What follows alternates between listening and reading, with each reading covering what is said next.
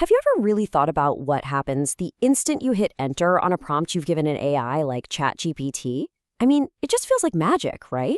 But behind that screen, there is this incredibly complex and honestly beautiful piece of engineering at work. Today, we are going to pull back that curtain and explore the hidden architecture that makes all of this AI magic actually possible. And that really brings us to the core question here. Why is this so difficult?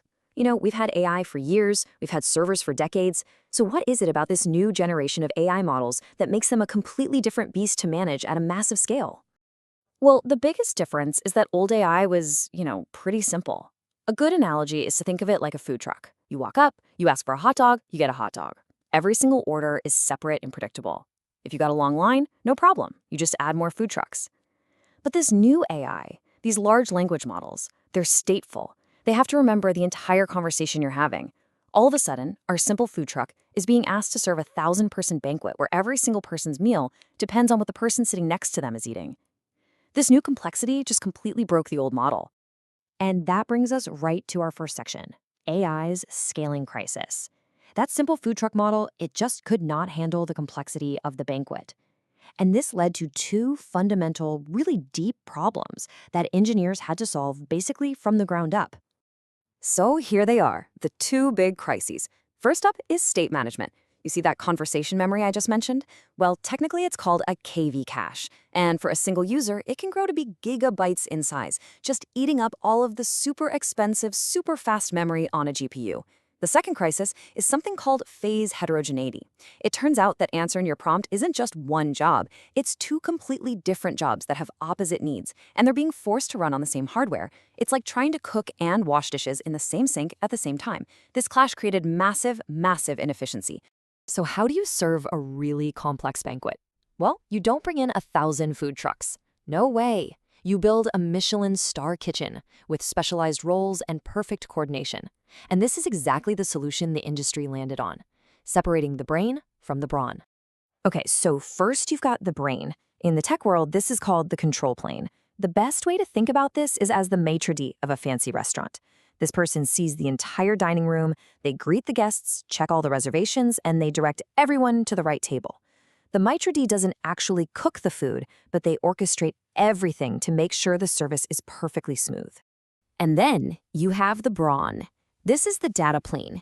These are your elite line cooks. They're not worried about who's sitting where or what the reservations look like. Nope, they are just heads down executing orders with the absolute maximum speed and precision. Their entire world is the GPU, the chopping board, and the stove, all optimized for pure, raw performance. Now, one of the maitre d's cleverest tricks is something called semantic routing. See, instead of just sending requests to servers randomly, the control plane actually reads the prompts. So if a whole bunch of users are asking similar questions, say about the weather in Paris, it routes all of them to the same line cook who already has the ingredients for that recipe prepped and ready to go. This simple idea saves a massive amount of redundant work. And this really gives you a sense of the maitre d's full job description. The control plane is juggling everything. We're talking about downloading these enormous 100-gigabyte models, finding the right hardware for them, predicting when the dinner rush is going to hit so it can call in more chefs before it's too late, and of course, that really smart semantic routing. It truly is the master coordinator of the whole operation. Okay, so that's the maitre d'. Now let's push through those swinging doors and head right into the kitchen with the line cooks. The data plane, the brawn, has its own set of problems to solve, and its solutions are all about raw, microsecond-level efficiency. These are the clever tricks that make the whole operation just fly. And the number one problem they were facing was this: wasted GPU memory. In the early days, if a request might need a lot of memory, you had to reserve a huge, continuous chunk just for that one request. It was like having a messy pantry where you couldn't fit a new jar of spices, even though you could see empty space, just because it was all broken up into little unusable bits. This problem is called memory fragmentation, and it was a huge bottleneck. The solution, pioneered by a system called VLLM, was an absolute revolution. It's called paged attention, and it's pure genius. Instead of trying to find one big empty shelf in that messy pantry, they decided to put everything into small, standard-sized containers. They just chopped up all the memory into these little pages. Now you can tuck a container into any open spot you find. So how do you find anything? Simple. You use a map, a black table, that tells you exactly where every single piece of that conversation's memory is stored. It's the perfectly organized pantry. And the result of this was just staggering. Page detention gets you to near zero memory waste. So what does that mean in the real world? It means you can serve dramatically more users on the exact same piece of hardware. And that directly translates to lower cost for the companies and faster service for you.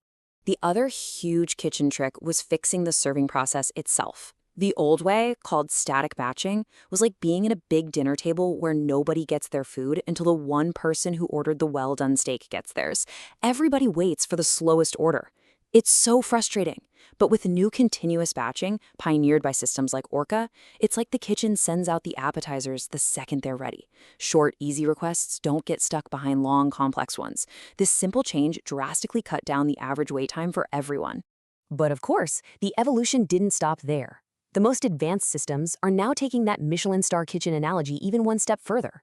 They're not just separating the maitre d' from the cooks, they're now physically separating different types of cooks into different kitchens.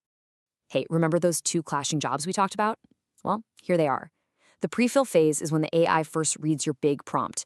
This is super compute heavy. It's like the prep kitchen, where chefs spend hours chopping tons of vegetables. But then there's the decode phase, where the AI generates words one by one. This is memory heavy. It's constantly fetching from that KV cache. This is like the finishing station, doing fast, delicate plating work right before the plate goes out. These two jobs have completely opposite needs. Trying to do both in the same place means you're always compromising. So why go through all the trouble of separating them? It's to maximize a metric called goodput, and this is a fantastic term. See, throughput is just how many requests you can handle per second. But goodput is the number of requests you can handle while keeping your promises on speed. High throughput doesn't matter one bit if every user has a slow, frustrating experience. Goodput is the only metric that really counts. And the results of this separation are just incredible. Systems like DistServe, which really pioneered this approach, have shown they can increase that all-important goodput by almost 4.5 times on the exact same hardware. By building a dedicated prep kitchen for prompts and a dedicated finishing kitchen for generation, they eliminate the interference and they optimize both tasks perfectly. So to kind of wrap this all up, here's a quick cheat sheet. We had VLM, which solved the memory fragmentation problem with page detention. Then Orca came along and minimized delays with its continuous batching. Serve took that a step further to guarantee consistent speed between words. And finally, DistServe physically split the whole process to absolutely maximize goodput. Each one of these is a brilliant step in the evolution of this amazing architecture. Which leaves us with one final thought. All these separate pieces, the control plane, the data plane, the specialized memory managers and schedulers, they're starting to look less like a random collection of tools and more like the core components of a new, highly specialized computer. So are we actually witnessing the birth of a standardized inference operating system, a foundational layer that all future AI will be built upon? That right there is the billion-dollar question for the next generation of builders.